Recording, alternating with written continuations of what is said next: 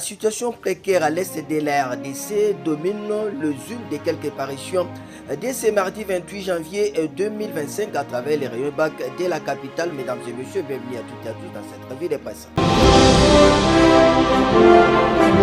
Guerre M23 FARDC, Félix Tshisekedi s'adresse à la nation, a dit Vital Kamerhe, rapporte le site d'information générale mpifoinfo.net.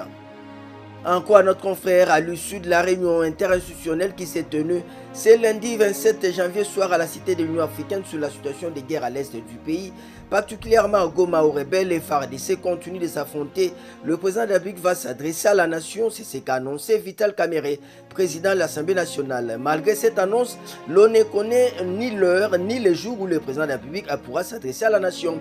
Nos militaires, les FARDC et les Wazalendo continuent à tenir certaines positions dans la ville.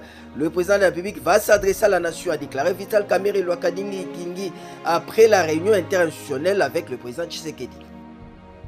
Dans le même chapitre, Patrick Muyaya rassure, toutes les dispositions sont prises pour garantir la sécurité et la protection de la population face aux attaques de l'armée rwandaise, rapporte le tabloïd Le Journal.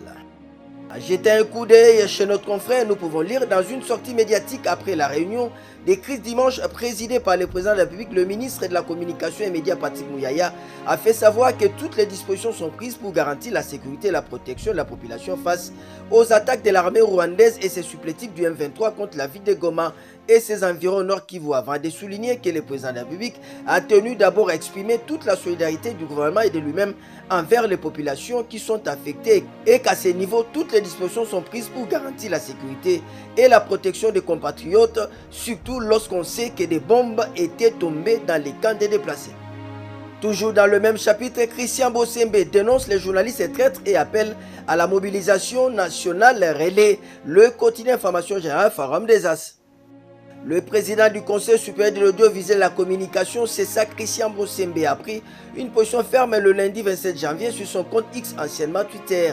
Il a exprimé son soutien indéfectible aux forces armées de l'armée nationale du Congo. Il a par ailleurs dénoncé la désinformation tout en pointant du doigt le journaliste qu'il accuse de trahison envers la nation.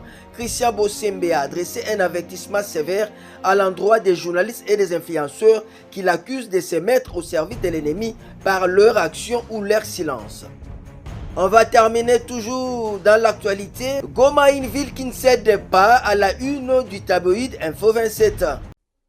En quoi notre confrère, la ville de Goma, chef-lieu du Nord Kivu, continue de démontrer une résilience exceptionnelle face à l'agression rwandaise et ses complices du M23.